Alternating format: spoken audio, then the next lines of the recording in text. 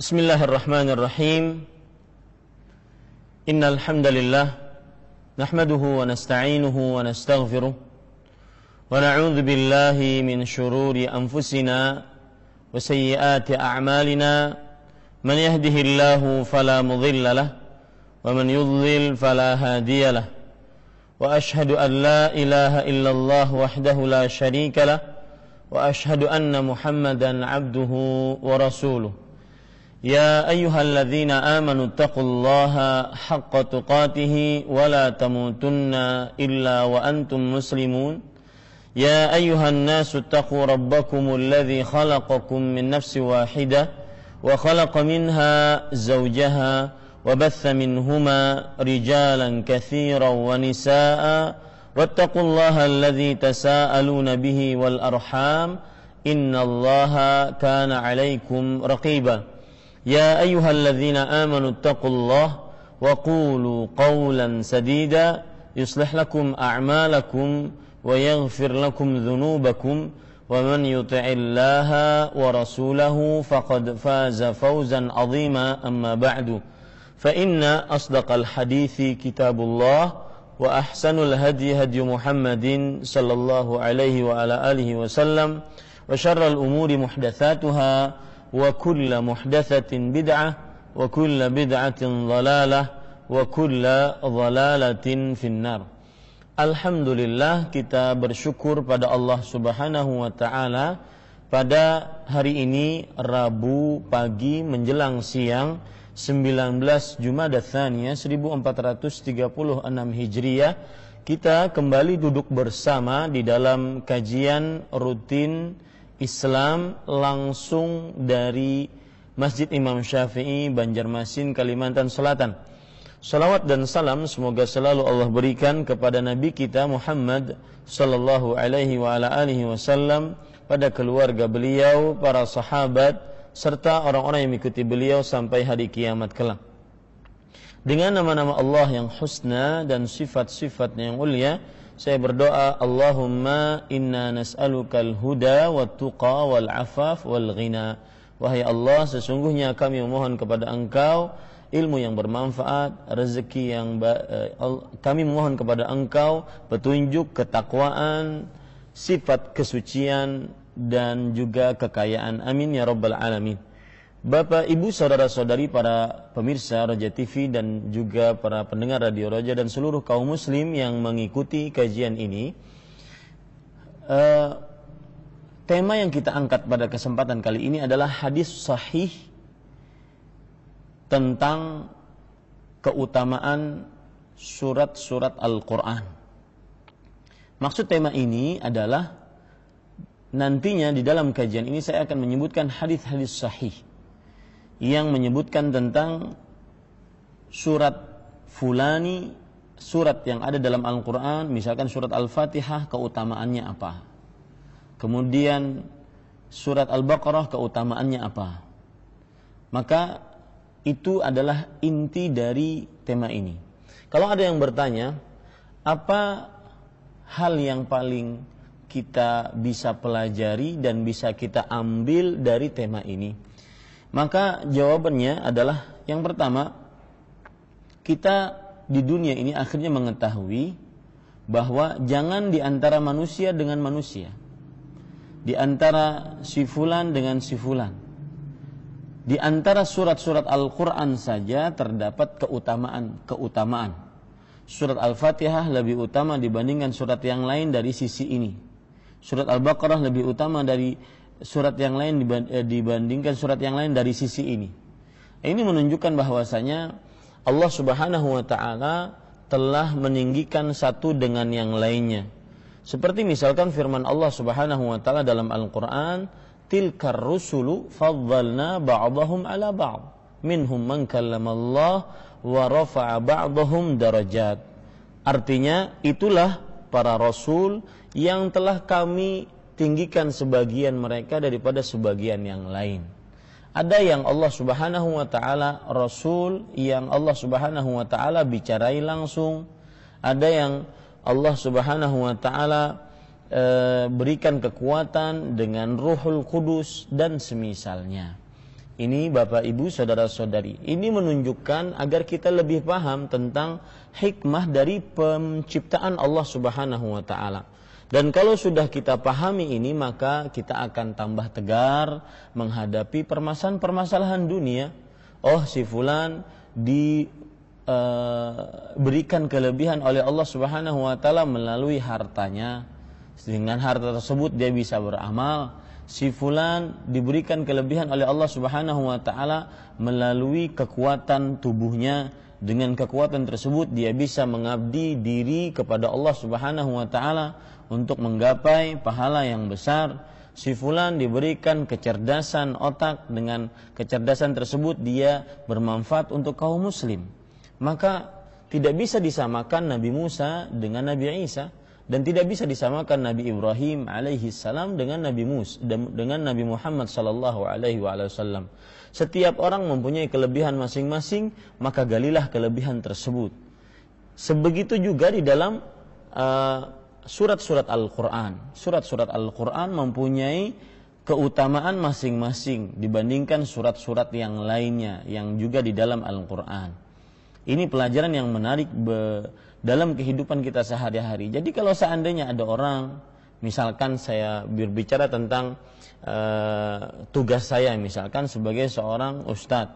Ada seorang ustadz yang ketika mengadakan pengajian, kemudian yang menerima atau yang mendengar kajian tersebut, alhamdulillah paham dengan apa yang disampaikan, mungkin juga alhamdulillah bisa dihadiri oleh orang yang banyak, mungkin juga alhamdulillah bisa menambah keimanan kepada Allah Subhanahu wa taala, maka ini adalah sebuah kelebihan yang diberikan oleh si fulan, oleh Allah Subhanahu wa taala kepada si ustaz tersebut. Ada yang memang ustaz tersebut ya, mereka adalah orang-orang yang luar biasa, cerdas otaknya, kemudian juga diberikan oleh Allah Subhanahu wa taala kematangan ilmu, tetapi mereka ditakdirkan oleh Allah Subhanahu wa taala untuk mengajar di pondok-pondok pesantren, dan akhirnya tidak begitu dikenal oleh sebagian kaum muslim, hanya dikenal oleh para santri di pondok pesantrennya tersebut. Maka semua orang mempunyai nasib masing-masing.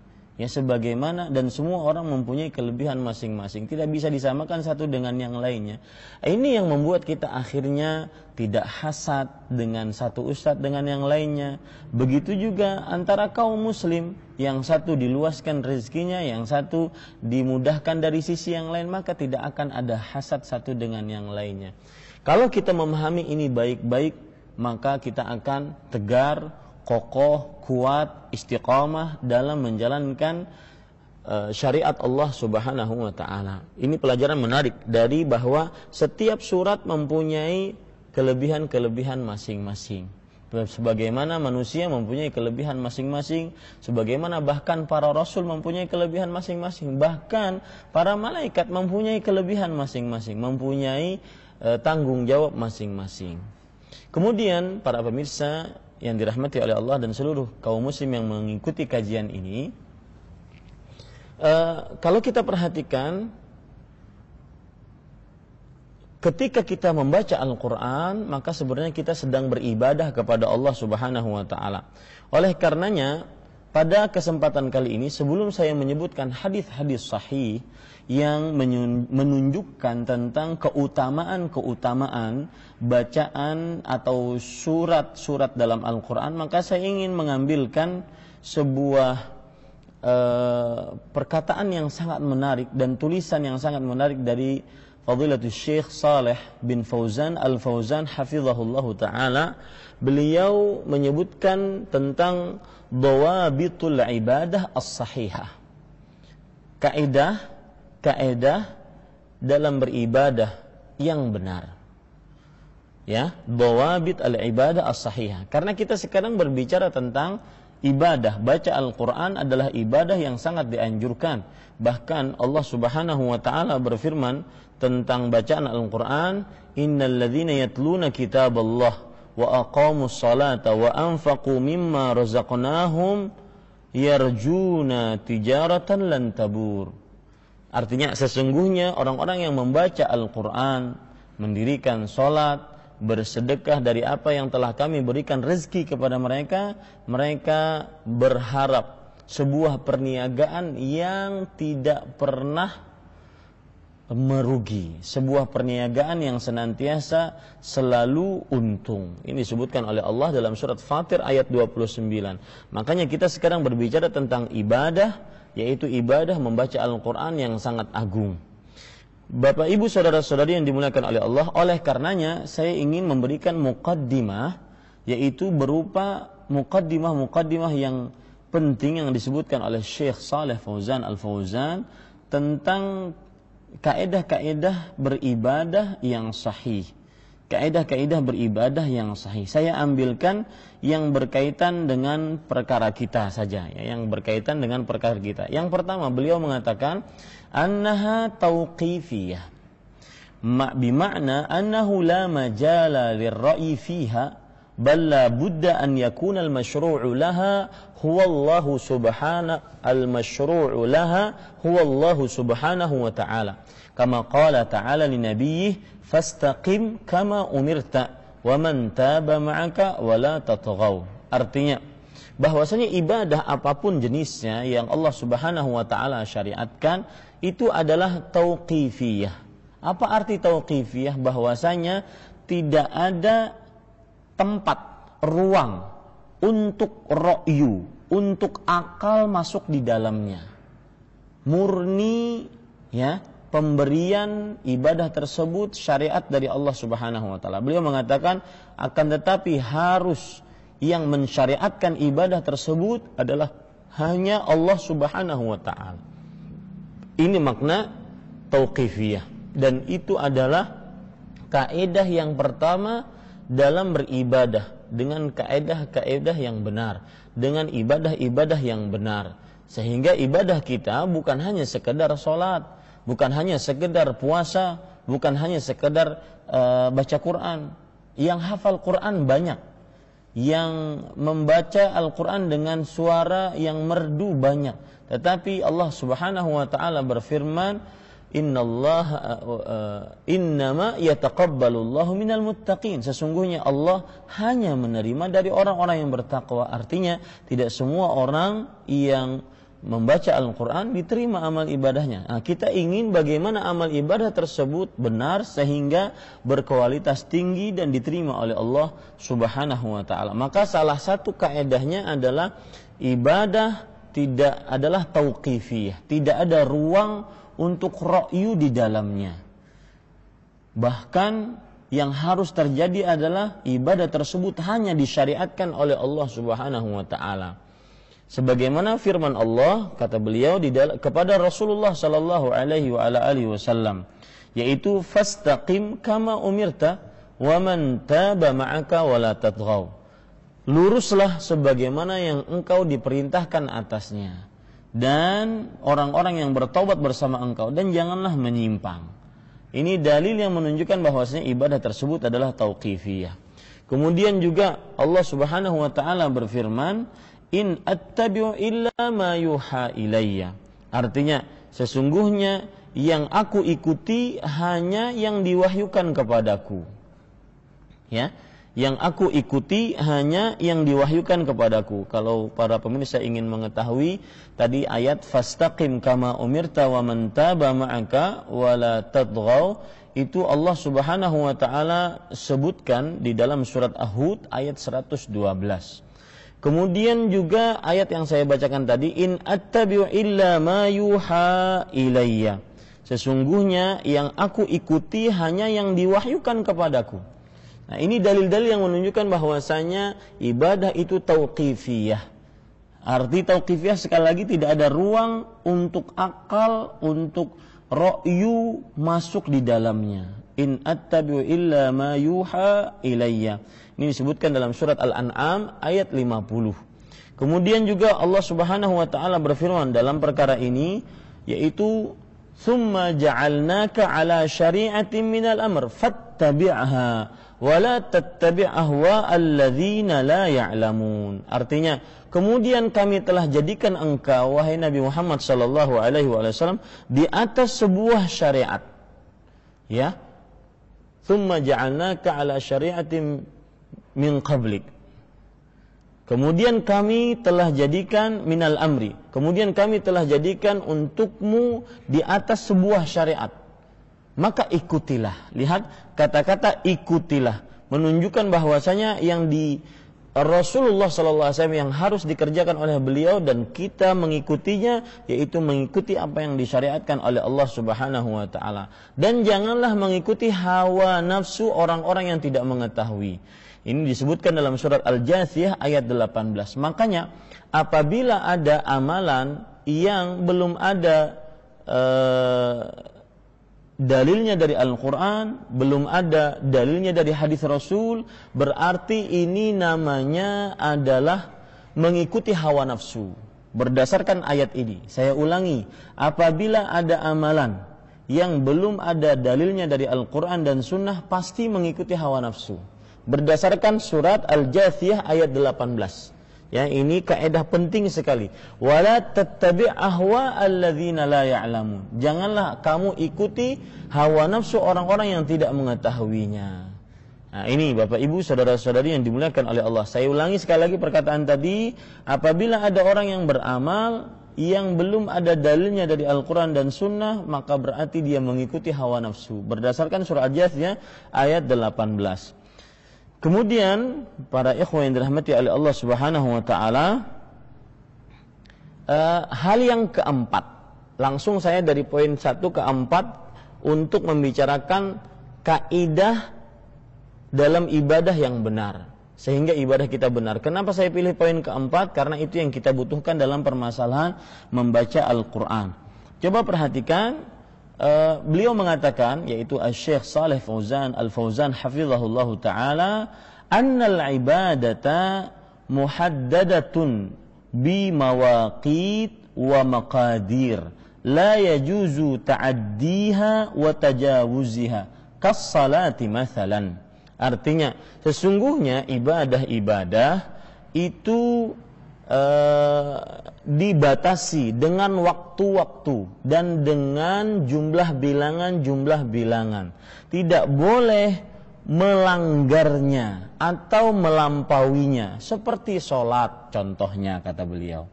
Maksud dari perkataan beliau ini adalah ibadah-ibadah yang Allah Subhanahu wa taala syariatkan, yang Allah Subhanahu wa taala syariatkan, maka ini ada yang kadang-kadang dibatasi dengan waktu. Seperti sholat misalkan, ada waktu sholat subuh yang apabila dikerjakan di luar waktu tanpa ada alasan yang dibenarkan oleh syariat, maka tidak sah sholatnya. Ya, tidak sah sholatnya. Ada waktu sholat zuhur, ada waktu sholat asar, ada waktu sholat maghrib, ada waktu sholat isya.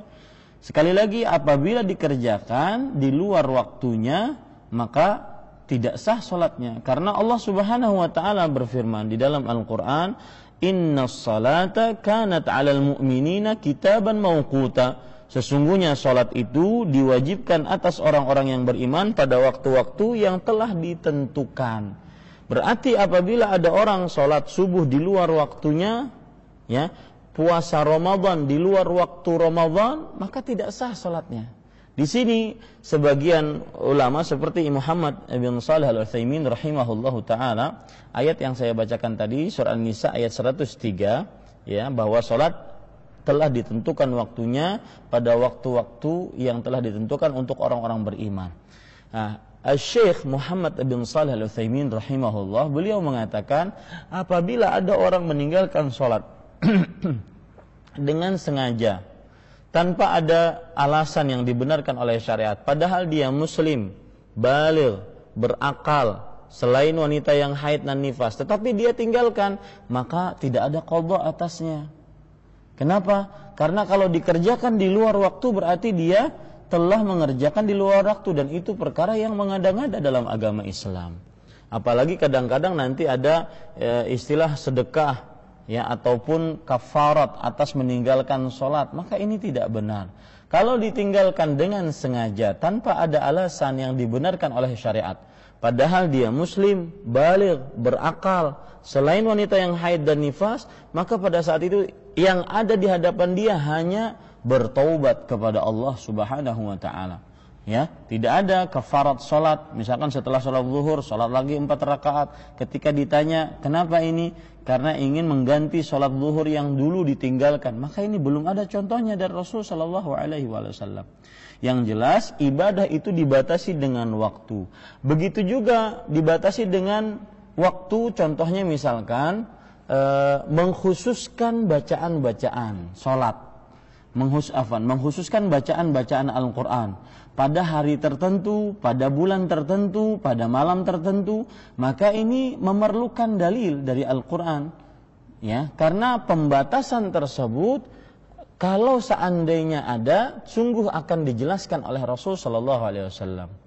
Ya, sekali lagi pembatasan, baik pembatasan tempat, pembatasan waktu, pembatasan jumlah bilangan, pembatasan sebab, pembatasan tata cara, pembatasan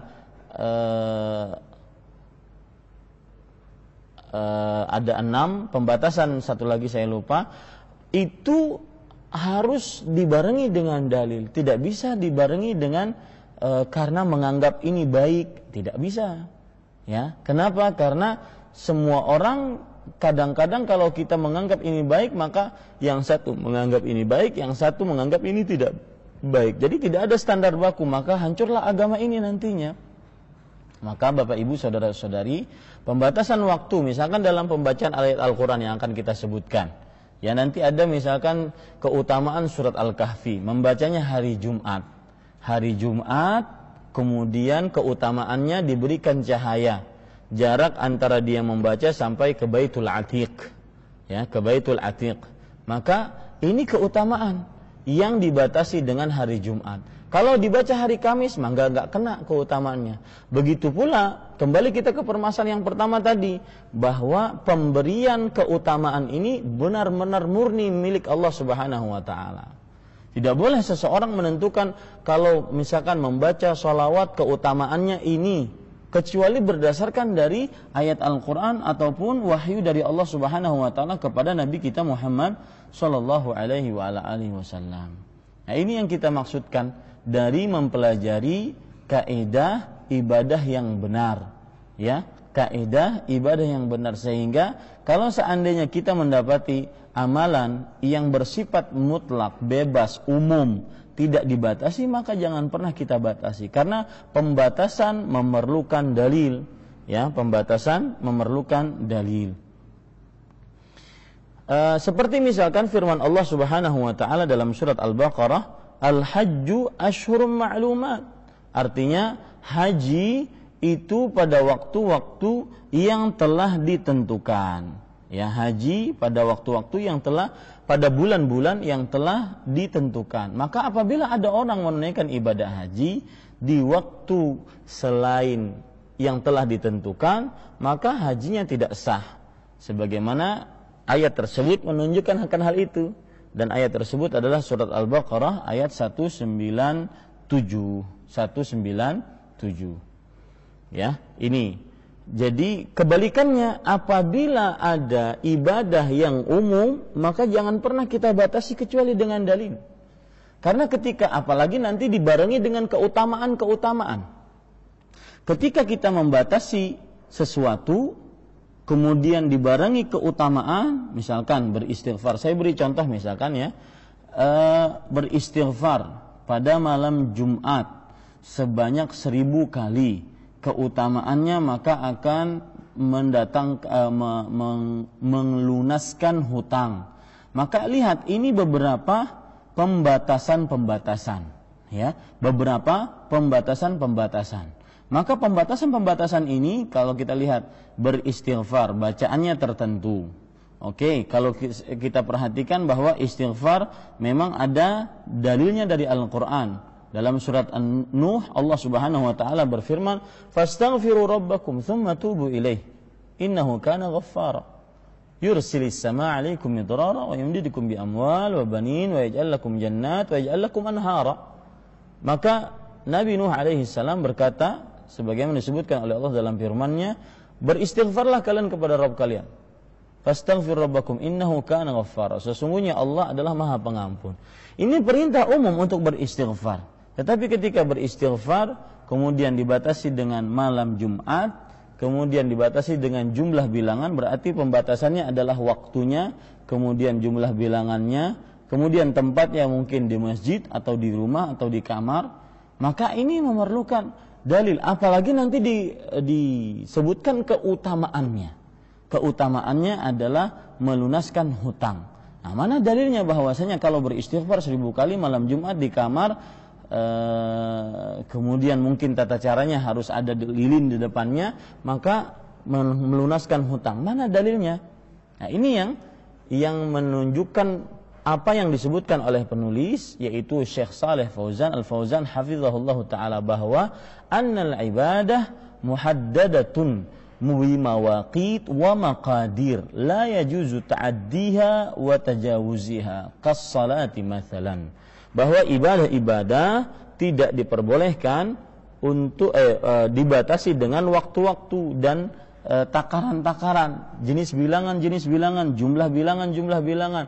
La yajuzu ta'addiha, tidak boleh melampauinya, kemudian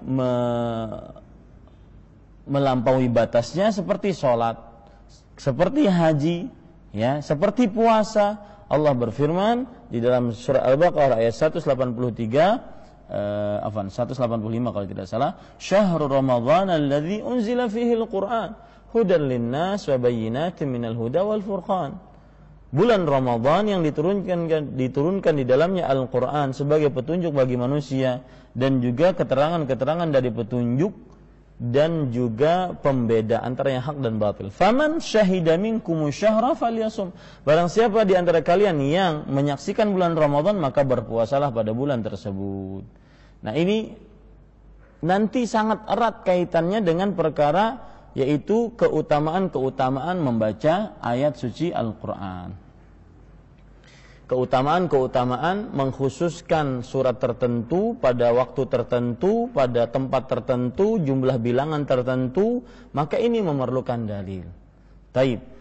Bapak Ibu saudara-saudari yang dimuliakan oleh Allah Subhanahu wa taala, kalau sudah kita pahami itu, maka saya akan memulai untuk membacakan beberapa hadis sahih yang berkaitan dengan keutamaan beberapa surat Al-Qur'an. Tetapi sebelum itu saya ingin menambahkan satu hal lagi, yaitu bahwa amalan-amalan yang bisa dikerjakan pendapat yang lebih kuat. Kalau saya katakan pendapat yang lebih kuat, berarti terjadi perbedaan pendapat. Amalan-amalan yang bisa dikerjakan hanya menurut pendapat yang lebih kuat, hanya berasal dari hadis-hadis sahih.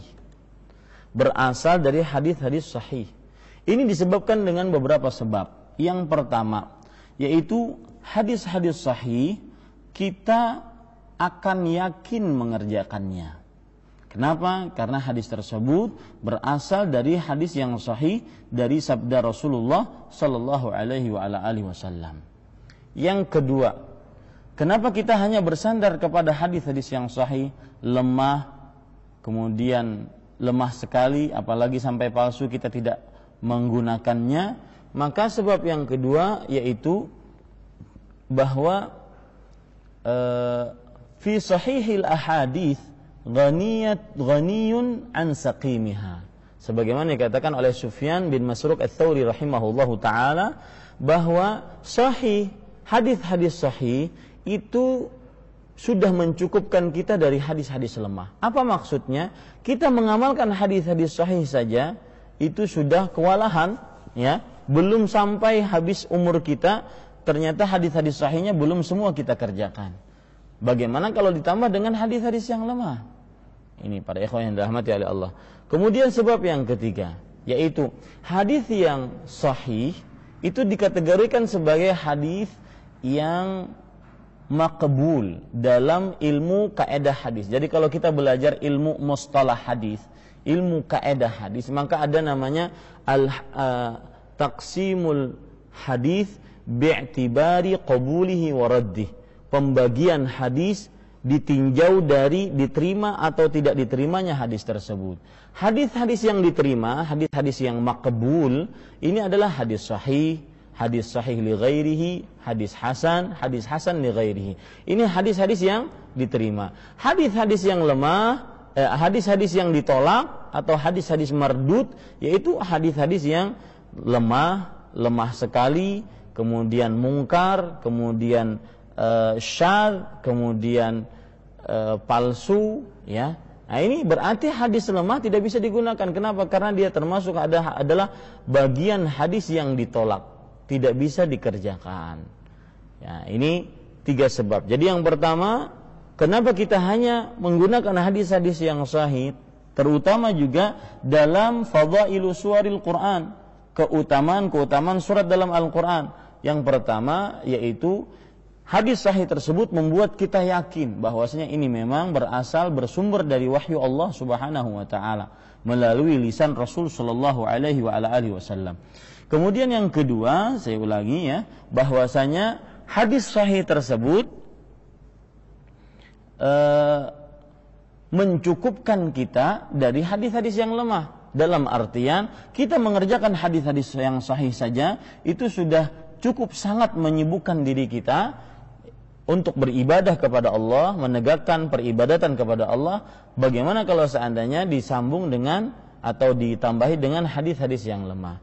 Kemudian sebab yang ketiga yaitu hadis-hadis yang sahih itu termasuk daripada hadis-hadis yang diterima, sedangkan hadis yang lemah, dhaif, ya, dhaifun jiddan, kemudian mungkar, kemudian syadz, kemudian muttarib, munqati', mursal, kemudian maudhu', ya. Maka ini semua adalah hadis-hadis lemah yang derajat tentunya beda-beda. Yang penting lemah termasuk dalam kategori yang ditolak oleh para ulama hadis.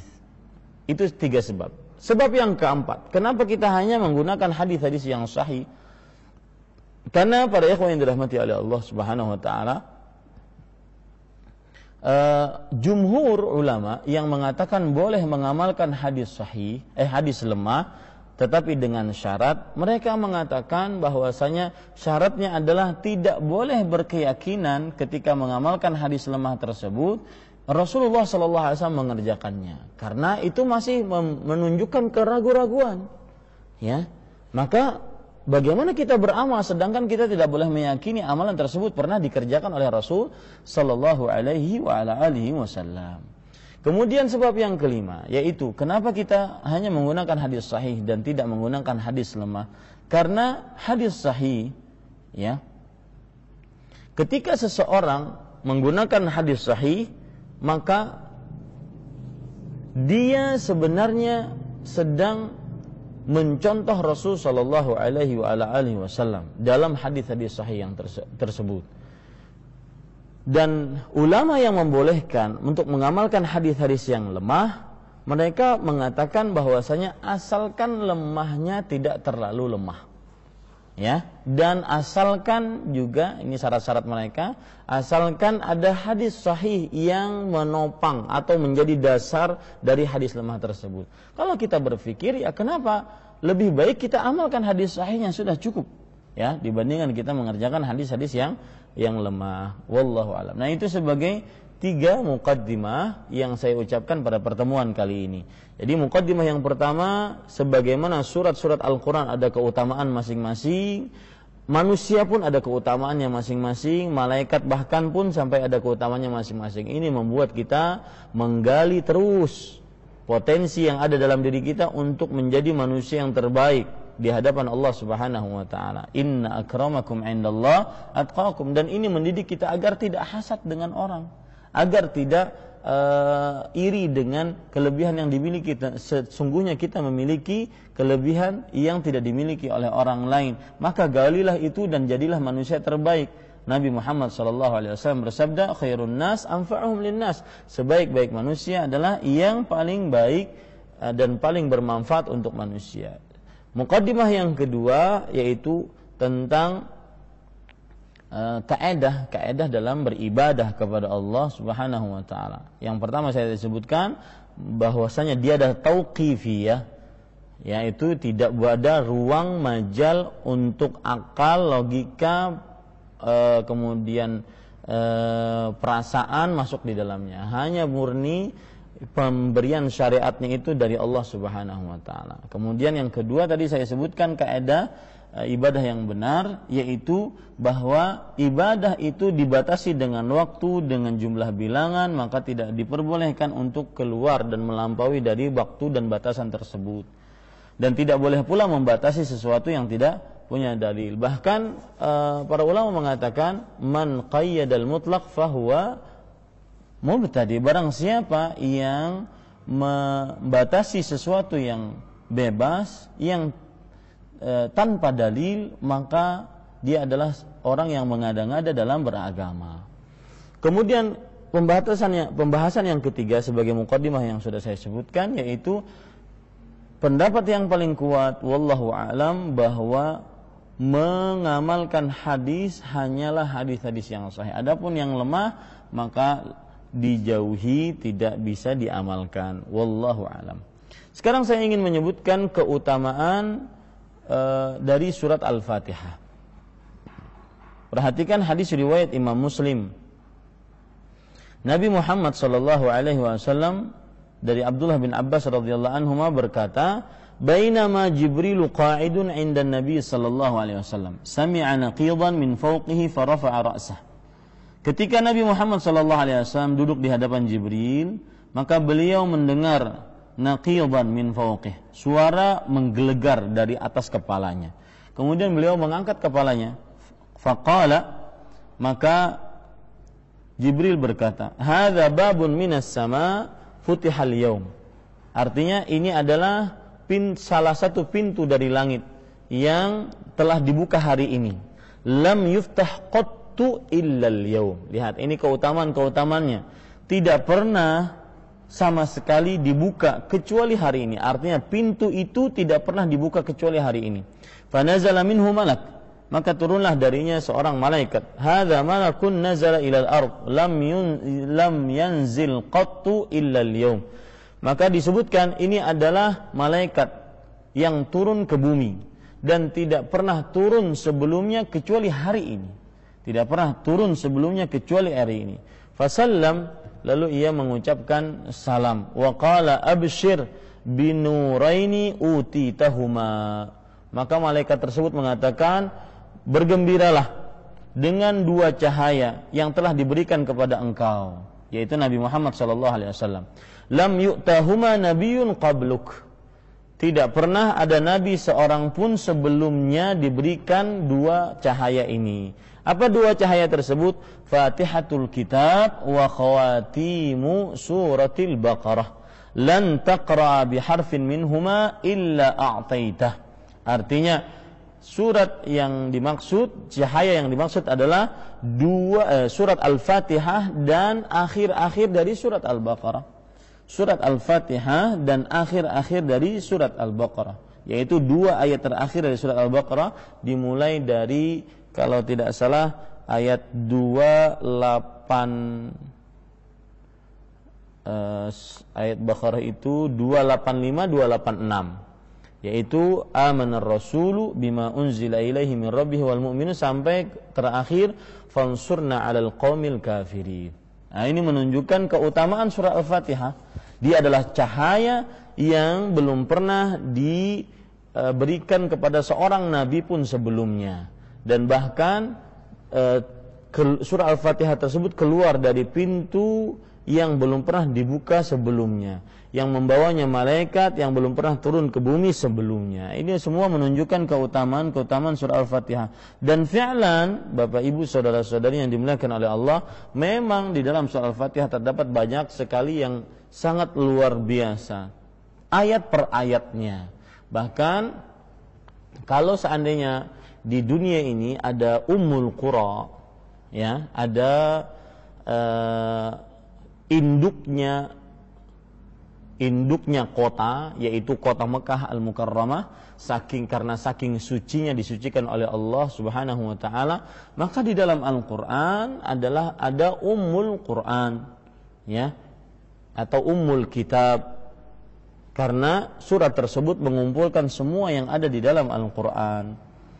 Nah, di antara perkara menarik yang berkaitan dengan surah Al-Fatihah, di dalamnya ada ayat yang minimal 17 kali sehari kita baca, yaitu ayat tersebut adalah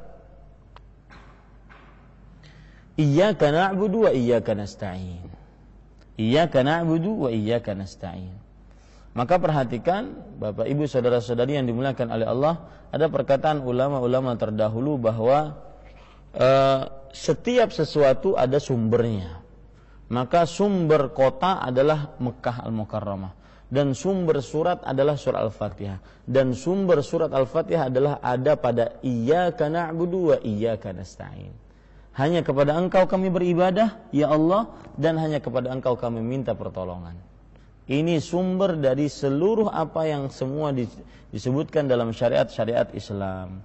Dan para pemirsa Roja TV dan para pendengar sekalian dan seluruh kaum muslim yang mengikuti kajian ini, kalau kita memperhatikan ayat Iyyaka na'budu wa iyyaka nasta'in, maka benar-benar di dalamnya memang terdapat sirrul ubudiyah, rahasia penghambaan diri kepada Allah Subhanahu wa taala. Ibadah apapun tidak akan pernah kita bisa kerjakan kecuali dengan memohon pertolongan dari Allah. Jadi beribadah menundukkan diri kepada Allah, tetapi ibadah tersebut pun tidak bisa kita kerjakan kecuali dengan menundukkan diri kepada Allah. Makanya disebut dengan penghambaan, ayat yang merupakan rahasia penghambaan diri kepada Allah. Orang yang mendalami ini, maka niscaya dia akan tenang, dia akan selalu hidupnya nyaman, tidak pernah sulit, dalam artian dia hanya bertawakal kepada Allah Subhanahu wa taala. Hadis tadi riwayat Imam Muslim dan hadisnya sahih. Kemudian para ikhwah yang dirahmati oleh Allah, keutamaan surat Al-Fatihah yang lain, yaitu hadis riwayat Bukhari dan Muslim. Ma unzilat fit Taurati wala fil Injil wala fil Zabur wala fil Furqan mithluha wa innaha sab'un minal mathani wal Qur'anul azim alladhi utituhu. Alladhi u'tituhu. Artinya tidak pernah diturunkan di dalam Taurat, tidak juga di dalam Injil, tidak juga di dalam kitab Zabur, dan tidak pernah diturunkan juga dalam kitab Al-Quran sepertinya. Dan dia adalah innaha sab'ul mathani, 7 ayat mathani.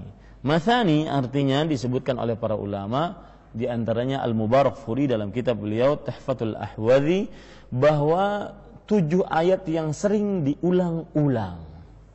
7 ayat yang sering diulang-ulang. Maka ini Bapak Ibu saudara-saudari, dan ini termasuk mukjizat Al-Quran, bahwa surah Al-Fatihah diulang mau seberapapun jumlahnya tidak akan pernah membosankan dan tidak akan pernah mendatangkan kebosanan terhadap yang membacanya ataupun yang mendengarkannya. Allah berfirman, "Walaqad yassarnal Qur'ana lidzikri fahal min muddakir." Sungguh kami telah mudahkan Al-Quran untuk diingat, maka apakah ada yang mengingatnya? Ini yang jadi permasalahan para ikhwah sekalian. Mudah dia, salah satu jenis kemudahan yang Allah berikan terhadap Al-Quran adalah dia mudah untuk diingat ataupun didengar dan tidak pernah membosankan. Ayat ini Allah Subhanahu wa taala ulang sebanyak 4 kali dalam surat Al-Qamar. Ayat 17, 22, 32 dan 40. Wallahu a'lam. Kemudian perkara selanjutnya yaitu perhatikan, wa innaha sab'un minal mathani, dan sesungguhnya dia adalah 7 ayat yang sering diulang-ulang. Wal Qur'anul azim alladzi a'taitahu atau u'tituhu, dan Quran yang agung yang diberikan oleh Allah Subhanahu wa taala kepada engkau. Ini menunjukkan keutamaan surat Al-Fatihah dibandingkan surat-surat yang lain ada dalam Al-Quran. Kemudian keutamaan surah Al-Fatihah yang lain yaitu hadis riwayat Muslim. Dalam surah Al-Fatihah ini, hadis riwayat Muslim, Rasul sallallahu alaihi wasallam menjelaskan bagaimana kedudukan surah Al-Fatihah yang sangat luar biasa. Rasulullah sallallahu alaihi wasallam bersabda, Allah berfirman, berarti ini hadis qudsi. Qala Allah Ta'ala, qasamtu as-salata baini wa baina 'abdi nisfain wa li 'abdi ma sa'al فإذا قال العبد الحمد لله رب العالمين قال الله حمدني عبدي وإذا قال الرحمن الرحيم قال أثنى علي عبدي وإذا قال مالك يوم الدين قال مجدني عبدي وإذا قال إياك نعبد وإياك نستعين قال هذا بيني وبين عبدي ولعبدي ما سأل فإذا قال اهدنا الصراط المستقيم صراط الذين أنعمت عليهم غير المغضوب عليهم ولا الضالين قال هذا لعبدي ولعبدي ما سأل. Lihat keutamaan surat Al-Fatihah dari hadis ini. Aku, kata Allah Subhanahu wa taala, aku bagi salat antaraku dengan hambaku dua bagian. Dan hambaku memiliki apa yang dia minta. Kalau seandainya hambaku mengucapkan Alhamdulillahi Rabbil Alamin, maka Allah menjawab, hambaku telah memujiku. Apabila dia mengucapkan Ar-Rahmanir Rahim, maka Allah Subhanahu wa taala berkata, Asna alayya abdi, bahwasanya hambaku telah memujiku, ya, telah memujiku. Kemudian jika dia mengatakan Maliki Yaumiddin, yaitu rajanya hari pembalasan, maka Allah berfirman, Majjadani abdi, hambaku telah mengagungkanku. Wa idza qala, dan kalau ia mengucapkan iyyaka na'budu wa iyyaka nasta'in, qala hadza baini wa baina abdi. Artinya kalau hamba tersebut mengucapkan iyyaka na'budu, hanya kepada engkau kami menyembah dan hanya kepada engkau kami meminta pertolongan, ini adalah bagianku dan hambaku. Wali abdi ma sa'al, dan hambaku akan mendapatkan apa yang ia minta. Dan apabila ia mengucapkan ihdinas siratal mustaqim siratal ladzina an'amta 'alaihim ghairil maghdubi 'alaihim waladhdallin, tunjukilah kami jalan yang lurus, jalan yang engkau, orang-orang yang engkau berikan nikmat atas mereka, bukan jalan yang dimurkai dan bukan jalan yang sesat. Maka Allah Subhanahu wa taala berfirman, hadza li 'abdi wa li 'abdi ma sa'al. Inilah yang dimiliki hambaku dan hambaku memiliki apa yang ia minta. Ini para ikhwah yang dirahmati oleh Allah Subhanahu wa taala tentang keutamaan dari surat Al-Fatihah. Kemudian termasuk keutamaan surat Al-Fatihah yaitu dari hadis riwayat Bukhari bahwa Rasulullah Abu Sa'id Al-Khudri, Sa'ad ibn Malik ibn Sinan radhiyallahu anhu, Abu Sa'id Al-Khudri berkata, ceritanya agak panjang, saya sebutkan ringkasan ceritanya, bahwa ada seorang pemimpin di sebuah kampung, dia tersengat kalajengking. Maka mereka meminta sahabat-sahabat Rasulullah yang pada saat itu ada Abu Sa'id Al-Khudri agar meruqyah, yaitu membacakan doa-doa kepada orang yang terkena sengatan kalajengking tersebut. Kemudian setelah itu dibacakan, ternyata sembuh. Maka diberikanlah imbalan, yaitu berupa 30 kambing, ya, 30 kambing. Maka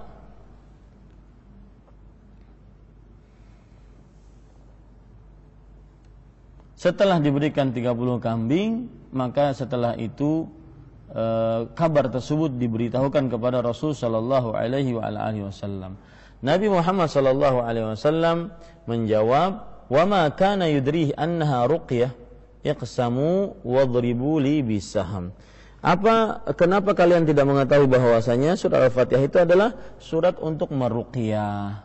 Maka di sini Bapak Ibu saudara-saudari yang dimuliakan oleh Allah, bahwasanya surat Al-Fatihah adalah surat untuk meruqyah, dan ini keutamaan daripada surat Al-Fatihah. Taib Bapak Ibu saudara-saudari yang dimuliakan oleh Allah Subhanahu wa taala, termasuk keutamaan dari surat-surat yang ada, di antaranya yaitu surat Al-Baqarah, ya, surat Al-Baqarah dan surat Ali Imran. Surat Al-Baqarah dan surat Ali Imran. Coba perhatikan Bapak Ibu saudara-saudari yang dimuliakan oleh Allah Subhanahu wa taala, dari hadis Abu Umamah Al-Bahili radhiyallahu anhu, Beliau berkata, sami'tu Rasulullah sallallahu alaihi wa ala alihi wasallam yaqul, aku telah mendengar Rasul sallallahu alaihi wa ala alihi wasallam bersabda, Iqra'ul Qur'an fa innahu ya'ti yaumal qiyamati syafi'an li ashabihi. Bacalah Al-Qur'an, sesungguhnya dia akan datang pada hari kiamat sebagai pemberi syafaat untuk para pembacanya. Ya, untuk para pembacanya. Bacalah Al-Qur'an fa innahu ya'ti yaumal qiyamati syafi'an li ashabihi. Kemudian Rasulullah sallallahu alaihi wasallam bersabda selanjutnya, Iqra'uz Zahrawain Al-Baqarah wa surat Ali Imran fa innahuma ta'tiyani yaumal qiyamah ka'annahuma ghamamatan aw ka'annahuma ghayayatan aw ka'annahuma firqan min tayri sawafin tuhajjani an ashabihima iqra'u surat Al-Baqarah fa inna akhdhaha barakah wa tarkaha hasrah wa la tastati'uha al-batalah. Nah, di sini perhatikan baik-baik ya, hadis ini diriwayatkan di dalam hadis riwayat Imam Muslim. Nabi Muhammad sallallahu alaihi wasallam bersabda, bacalah surat Az-Zahrawain, dua surat Zahra, yaitu surat Al-Baqarah dan surat Ali Imran. Fa innahuma ta'tiyani yaumal qiyamah. Sesungguhnya keduanya datang pada hari kiamat. Ka'annahuma ghamamatan, yaitu seakan-akan dua-duanya itu menjadi awan pelindung, ya. Au ghayayatan, yaitu sama juga dia adalah awan pelindung tetapi jenisnya feminin. Au ka'annahuma firqan, yaitu dua kelompok dari burung min tairin sawaf yang sedang mengepakkan sayap-sayapnya. Dua kelompok burung yang begitu banyak. Tuhajjani an ashabihima, maka kedua surat tersebut akan membela pembaca-pembacanya ya pada hari kiamat. Iqra'u surat Al-Baqarah, bacalah surat Al-Baqarah, sesungguhnya membacanya adalah berkah, meninggalkannya kerugian, dan tidak akan tukang sihir mampu melawannya. Jadi ini keutamaan surat Al-Baqarah dan keutamaan surat Ali Imran. Khusus untuk surat Al-Baqarah keutamaannya adalah dia mendatangkan berkah, meninggalkannya kerugian. Kemudian juga membaca tidak akan ada satu tukang sihir pun yang mampu untuk melawannya. Maka sering sekali ditanya tentang rumah yang angker, rumah yang banyak roh gentayangan misalkan, atau rumah banyak jinnya misalkan. Maka salah satunya adalah dengan menggunakan Al-Quran, dengan membaca surat Al-Baqarah ini. Karena Rasul sallallahu alaihi wasallam bersabda, wala tastati'uhal batalah, maka tidak akan ada yang mampu tukang sihir melawannya. Ini ibu-ibu, bapak-bapak, saudara-saudari, para pemirsa yang dirahmati oleh Allah Subhanahu wa taala. Kemudian kita ambil keutamaan dari surat yang lain, yaitu Rasulullah sallallahu alaihi wasallam bersabda tentang keutamaan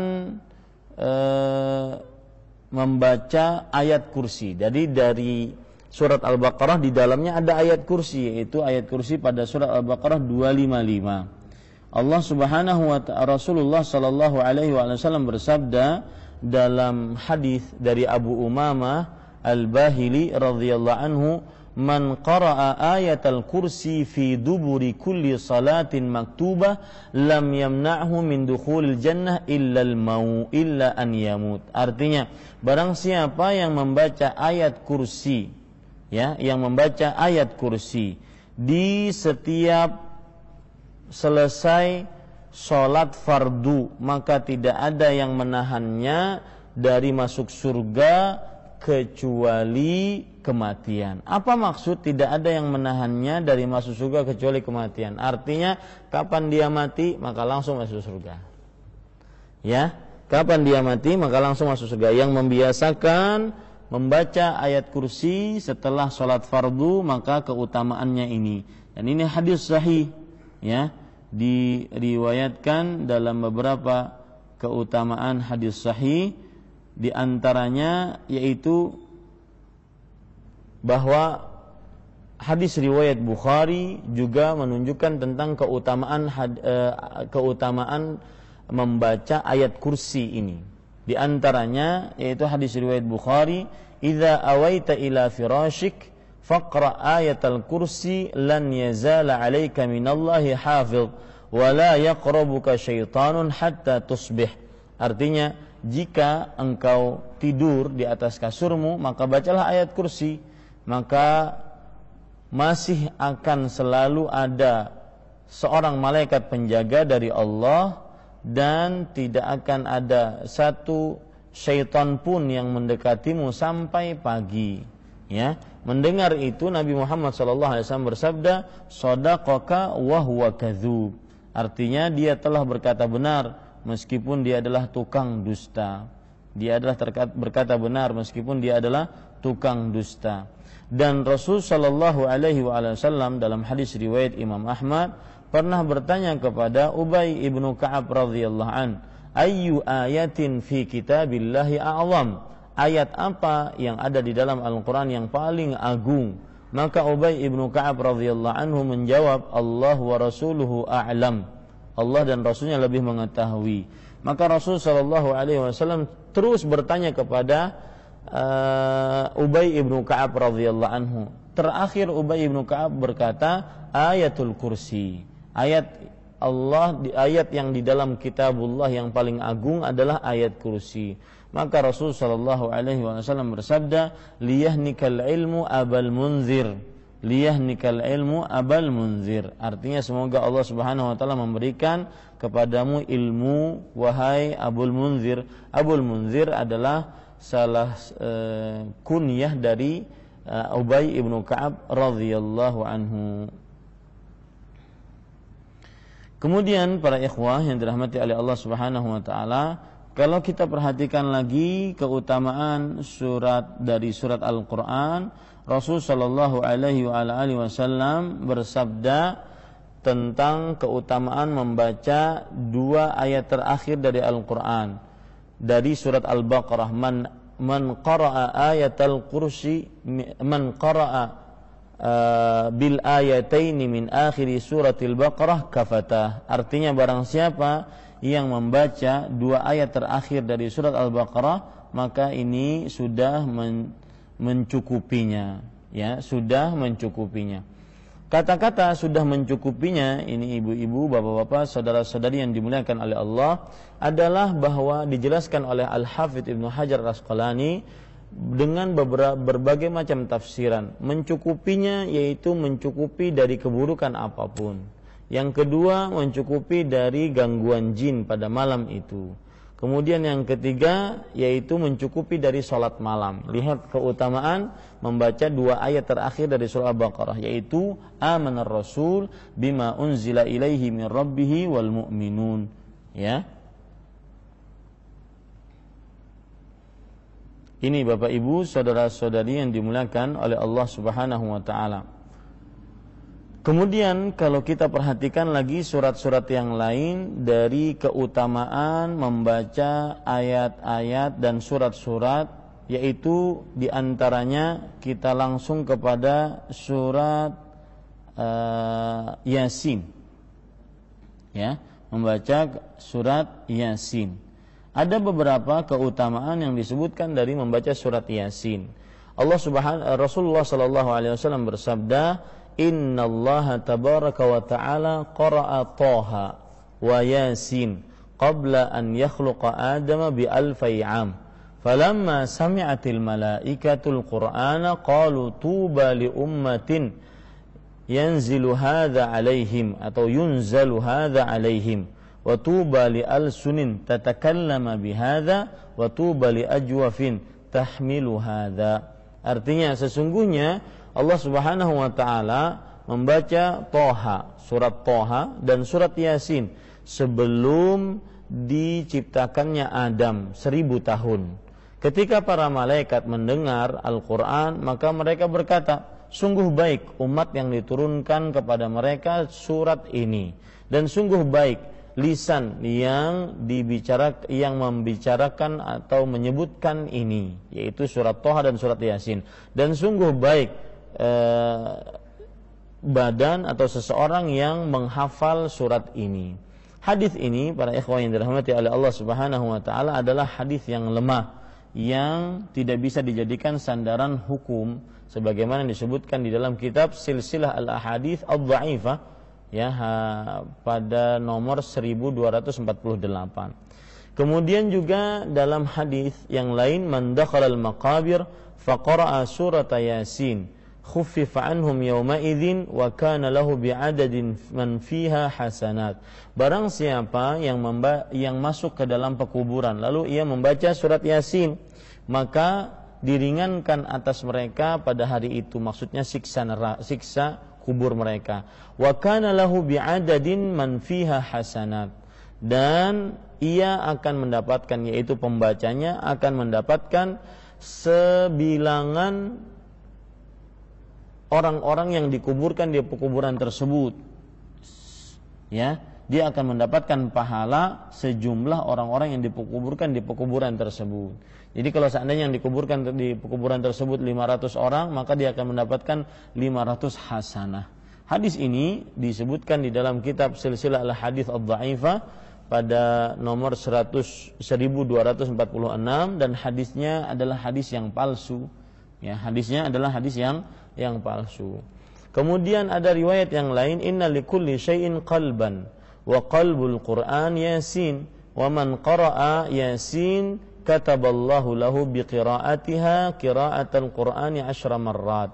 Artinya sesungguhnya setiap sesuatu itu mempunyai hati, dan hati atau jantung Al-Quran adalah surat Yasin. Barang siapa yang membaca surat Yasin, maka niscaya Allah akan tuliskan untuknya ya dengan bacaannya tersebut seperti membaca Al-Quran penuh sebanyak 10 kali. Jadi seperti orang yang menghatamkan Al-Quran, ya, seperti orang yang menghatamkan Al-Quran. Maka sebanyak berapa? Sebanyak 10 kali. Tetapi hadis ini para ikhwan yang dirahmati oleh Allah Subhanahu wa taala adalah hadis yang maudhu', disebutkan oleh Imam Albani rahimahullahu taala di dalam kitab Dha'ifut Targhib wa Tarhib nomor 885. Maudhu' artinya adalah hadis yang palsu. Kemudian ada riwayat yang lain berkaitan dengan surat Al-Baqarah, surat Yasin, man qara'a Yasin ibtigha'a wajhillah ghafarallahu lahu ma taqaddama min dhanbihi faqra'u 'inda mautakum. Barang siapa yang membaca surat Yasin karena mencari wajah Allah, niscaya Allah Subhanahu wa taala akan ampuni dari dosa-dosanya.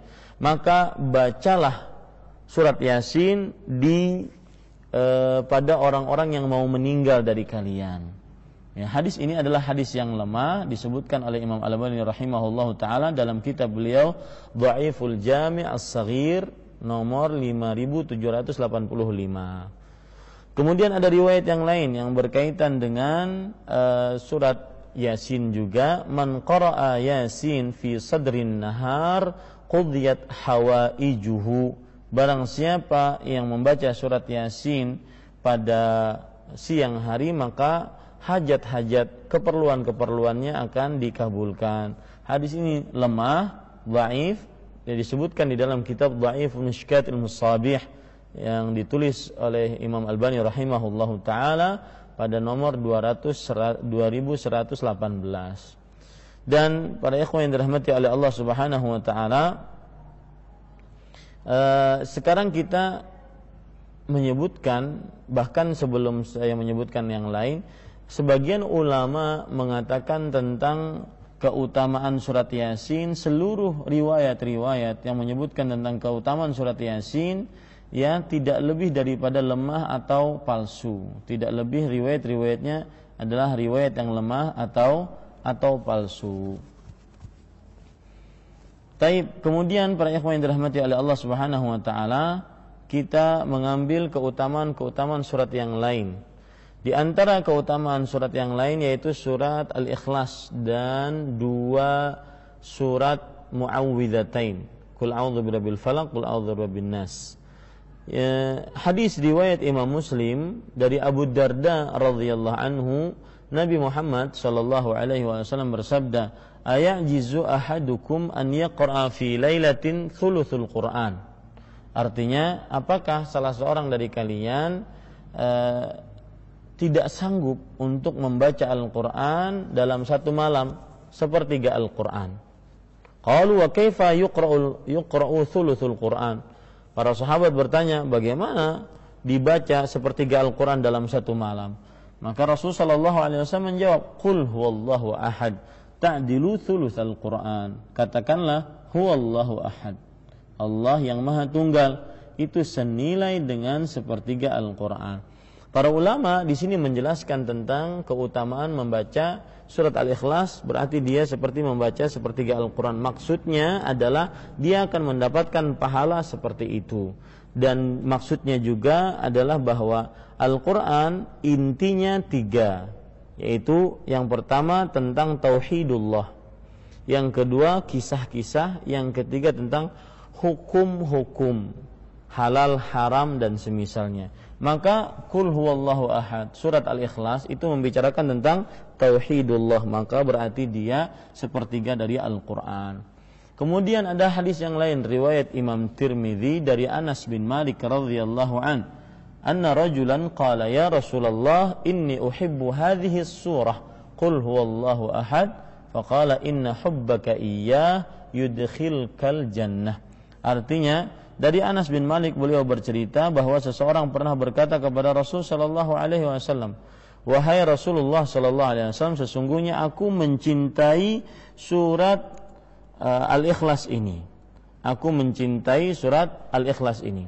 Maka Rasulullah sallallahu alaihi wasallam berkata, "Sesungguhnya kecintaanmu terhadap surat itu memasukkanmu ke dalam surga." Jadi sering-sering membaca surat Al-Ikhlas, dan ini tidak terbatas dengan waktu, dengan tempat, jumlah bilangan, sebab, tata cara, ya. Ini tidak terbatas dengan itu, tetapi sering-seringlah membaca surat Al-Ikhlas tersebut.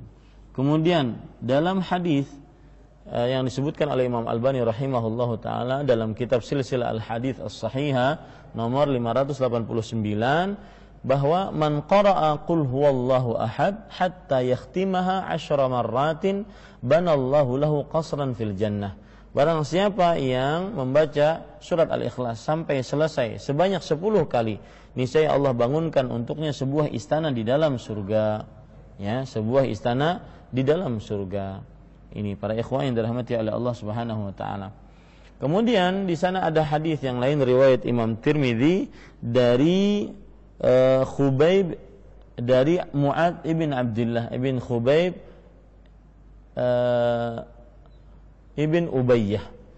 Beliau berkata, "Kharajna fi lailatin matiratin wa dhulmatin shadidatin natlubu Rasulullah sallallahu alaihi wasallam yusalli lana." Kita keluar dari rumah pada malam yang hujan, kemudian gelap gelita, gelap yang sangat gelap. Kita meminta Rasulullah sallallahu alaihi wasallam salat mengimami kita. Fa'adraktuhu, lalu aku mendapati Rasul sallallahu alaihi wasallam. Qul falam aqul syai'an. Qul falam aqul syai'an. Faqultu ma aqul.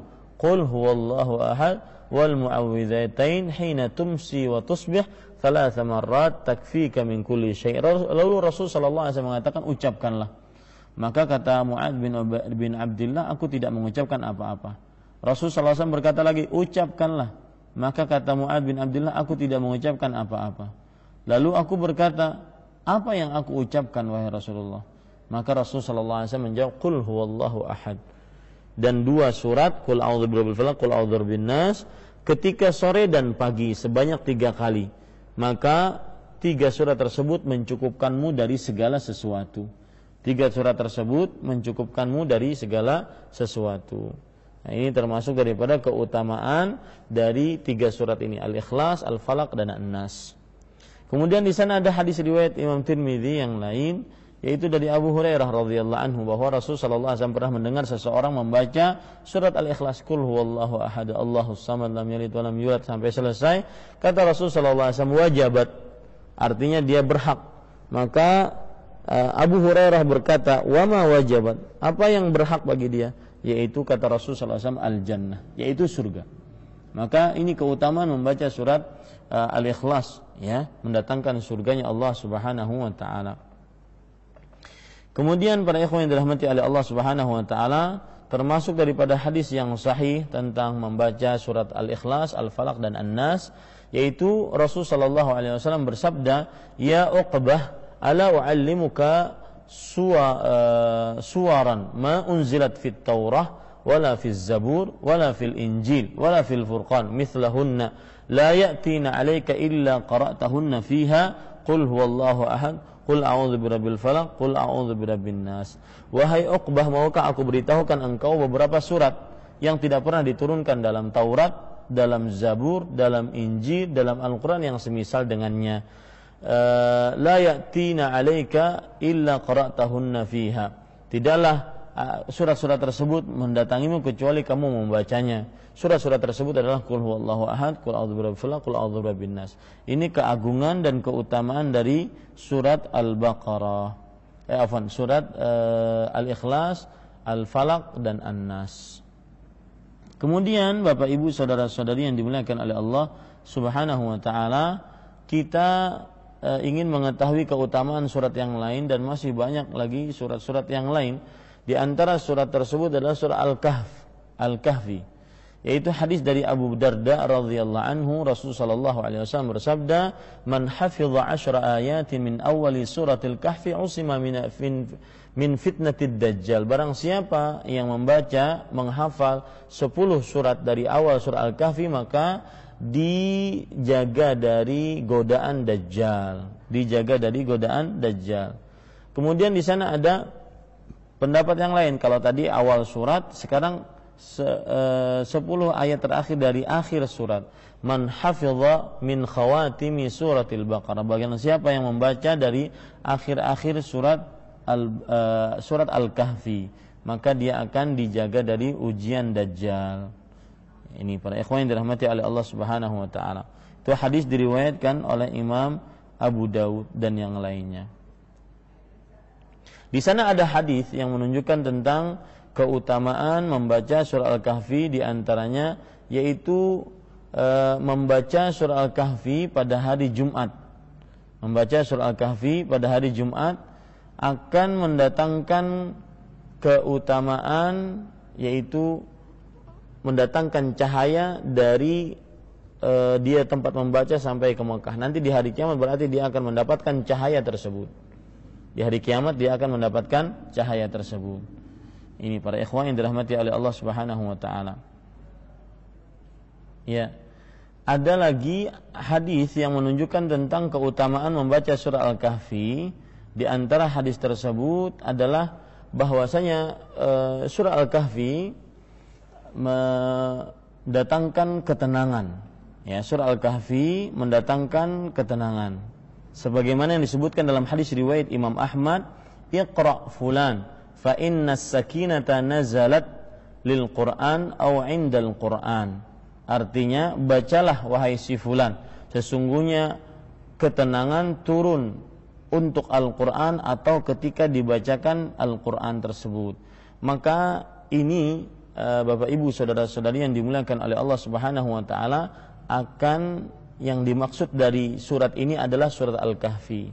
Kemudian di sana ada keutamaan membaca surah Al-Kahfi yang mendatangkan cahaya, yaitu hadis riwayat Imam An-Nasa'i dalam kitab beliau Amalul Yaumi wal Laila, "Man qara'a surat Al-Kahfi kama unzilat kanat lahu nuran yaumal qiyamah min maqamihi ila Makkah." Barang siapa yang membaca surah Al-Kahfi sebagaimana diturunkan, maka baginya cahaya pada hari kiamat dari tempatnya membaca sampai ke Mekah. Nah, ini menunjukkan keutamaan daripada membaca surat Al-Kahfi. Kemudian di sana ada keutamaan membaca surat Tabarak. Ya, surat Tabarak. Di dalam hadis menunjukkan bahwasanya surat Tabarak tersebut akan mendatangkan keutamaan, yaitu surat Tabarak ini dibaca akan mendatangkan syafaat nanti pada hari kiamat. Syafaat nanti pada hari kiamat. Bahwasanya di dalam Al-Quran terdapat 3 surat yang berjumlah 30 ayat. Syafa'at li rajulin hatta ghufira lahu. Artinya sesungguhnya di dalam Al-Quran terdapat 30 ayat. Sebuah surat terdapat 30 ayat di dalamnya, maka akan memberikan syafaat untuk seseorang sampai diampuni dosa-dosanya. Wahia tabarakalladzi biyadihil mulk. Dan surat tersebut adalah surat tabarakalladzi biyadihil mulk, yaitu surat Al-Mulk. Hadis ini diriwayatkan oleh Imam Ahmad, Abu Daud, Tirmidzi, Nasai dan yang lainnya, dan hadisnya sahih. Ini beberapa dalil yang menunjukkan tentang keutamaan-keutamaan surat-surat yang ada dalam Al-Quran. Dan tidak semua kita sebutkan, tetapi beberapa hal saja yang kita sebutkan dari keutamaan-keutamaan surat dalam Al-Quran, karena tidak mencukupi waktunya. Akan tetapi yang sudah disebutkan saya kira sudah mewakili. Yang jelas yang paling penting tadi muqaddimah yang kita sampaikan, bahwa ibadah itu tauqifiyah. Kemudian yang kedua yaitu ibadah tersebut muhaddadah, bahwasanya dia terbatas dengan batasan-batasan yang telah ditentukan oleh syariat. Tidak boleh seseorang membatasi kecuali yang dibatasi oleh syariat, dan tidak boleh seseorang memberikan keutamaan kecuali yang diberikan keutamaannya oleh syariat Islam. Wallahu alam. Ini yang bisa saya sampaikan. Sallallahu nabiyana Muhammad walhamdulillahi rabbil alamin. Naam. Ya, bismillah walhamdulillah wassalatu wassalamu ala Rasulillah. Para pemirsa yang dirahmati oleh Allah Subhanahu wa taala, yang dimaksud dengan membaca adalah keutamaan membacanya walaupun sekali. Imam Ahmad mengatakan, barang siapa yang mengerjakan sunnah walau sekali, maka fahuwa min ahli. Maka dia bagian dari pengerja sunnah tersebut, dia bagian dari ahli sunnah tersebut. Ya, akan tetapi tentunya keutamaan membaca di sini, meskipun kita ucapkan walaupun sekali, tetapi jangan kita mencukupkan hanya sekali saja, karena yang paling utama dalam beramal adalah kontinuitas, yaitu terus menerus. Rasul sallallahu alaihi wasallam bersabda, ahabbul amali ilallah adwamuhu wa in qal. Hadis riwayat Imam Abu Daud. Amalan yang paling dicintai oleh Allah Subhanahu wa taala adalah yang terus menerus meskipun dikerjakan sedikit. Wallahu alam. Ya, bismillah walhamdulillah wassalatu wassalamu ala Rasulillah. Jazakumullahu khairan kepada Bapak Muhammad Yahya di Jambi. Maka hadis palsu tidak bisa diamalkan, Bapak. Tidak bisa diamalkan karena di dalamnya sebuah hadis dikatakan palsu ada berbagai macam sebab. Salah satu penyebabnya adalah karena di dalam perawi dari hadis palsu tersebut ada yang dikatakan sebagai tukang dusta. Maka kita tidak bisa mempercayai hadis yang palsu karena dia diriwayatkan oleh para tukang dusta. Wallahu alam. Nah. Bismillah walhamdulillah wassalatu wassalamu ala Rasulillah. Terima kasih jazakillahu khairan kepada Ibu Lina di Medan. Semoga kita senantiasa diberikan petunjuk oleh Allah Subhanahu wa taala untuk selalu di dalam jalan kebenaran. Maka Bapak Ibu saudara-saudari yang dimuliakan oleh Allah, cara beribadah yang paling benar adalah jalan yang ditunjukkan oleh Rasul sallallahu alaihi wasallam. Sebagian kaum muslim mereka membuat tarekat-tarekat.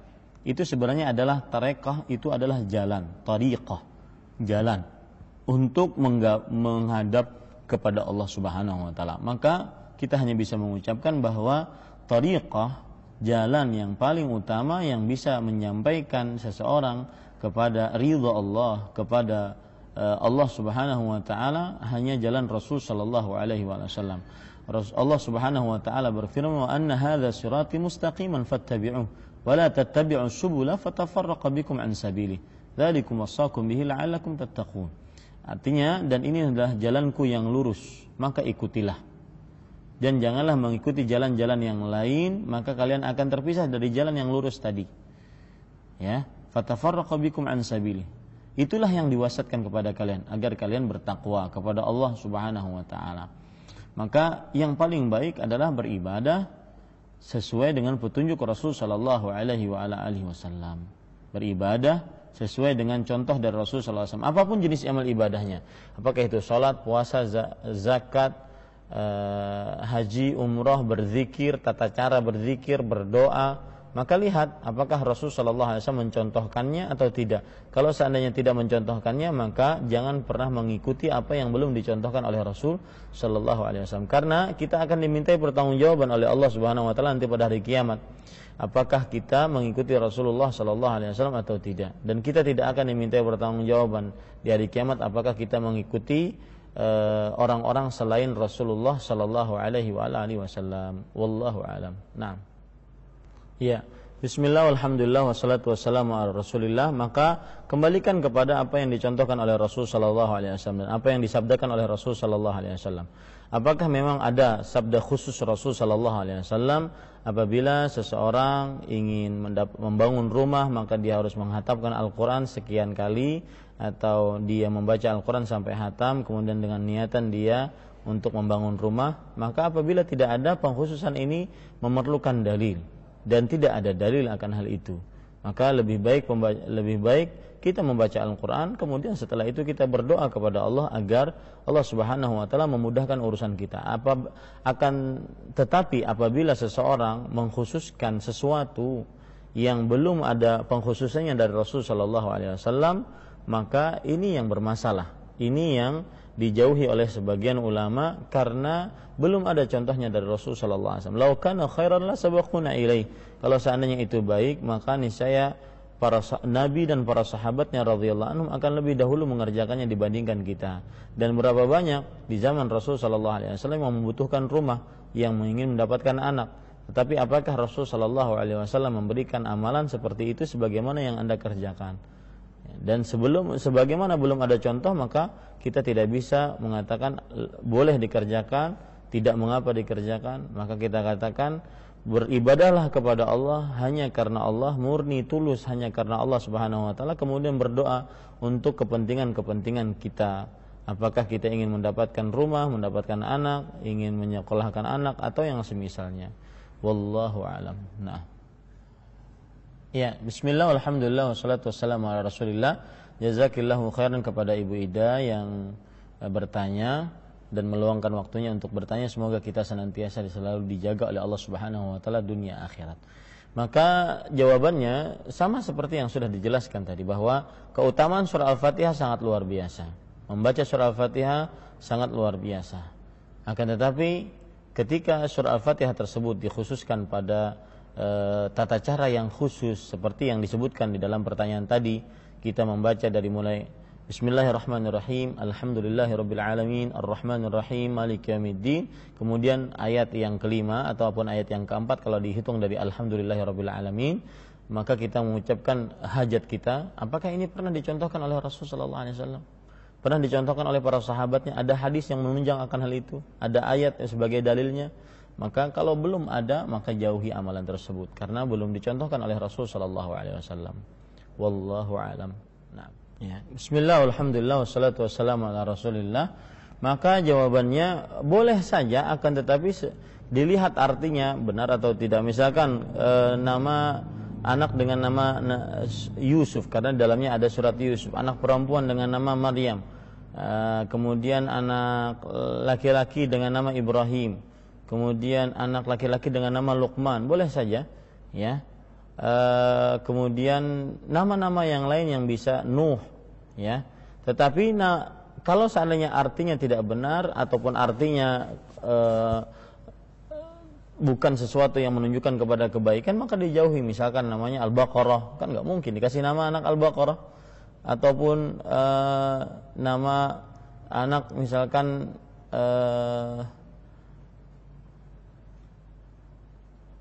Az-Zilzalah, ya, hari kiamat yang menggoncang, kan tidak mungkin. Maka boleh saja dengan nama-nama surat dari Al-Quran asalkan maknanya benar dan juga terpuji. Seperti misalkan dalam perkara Ali Imran ini Alu Imran, sebenarnya keluarganya Imran, ya, bukan Ali Imran. Kalau Ali masih boleh, Ali adalah nama seseorang, kemudian Imran adalah Ali Imran, berarti namanya Ali dan Imran. ya, digabung menjadi Ali Imran. Karena mungkin di Indonesia namanya rangkap, silahkan saja. Tetapi yang dimaksud di sini Ali Imran itu adalah keluarganya Imran. Jadi tidak cocok kalau seandainya seseorang dikasih nama dengan Ali Imran. Kenapa? Karena dia adalah keluarganya. Ali di sini artinya adalah keluarga Imran. Wallahu a'lam. Nah. Bismillah, alhamdulillah, wassalatu wassalamu ala Rasulillah. Maka saya berpesan bahwasanya ibadah adalah tauqifiyah. Tidak ada ruang untuk akal atau perasaan yang membaik-baikkan sesuatu sehingga boleh dibuat ibadah yang baru. Yang kedua, ibadah itu terbatas, maka jangan sampai dibatasi kecuali dengan dalil dari Al-Quran dan Sunnah Nabi Muhammad Sallallahu Alaihi Wasallam. Dan kita ketika beribadah, kita akan dimintai pertanggungjawaban atas ibadah yang kita kerjakan, bukan atas kita mengikuti orang ataupun si fulan, tetapi kita dimintai pertanggungjawaban atas keikutan kita terhadap Rasulullah Sallallahu Alaihi Wasallam. Ini yang bisa saya sampaikan para pemirsa yang dirahmati oleh Allah Subhanahu Wa Taala dan seluruh kaum muslim yang mengikuti kajian ini. Apa yang baik itu dari Allah Subhanahu Wa Taala, apa yang buruk itu dari saya pribadi. Wa sallallahu nabiyana Muhammad walhamdulillahirabbil alamin. Wassalamualaikum warahmatullahi wabarakatuh.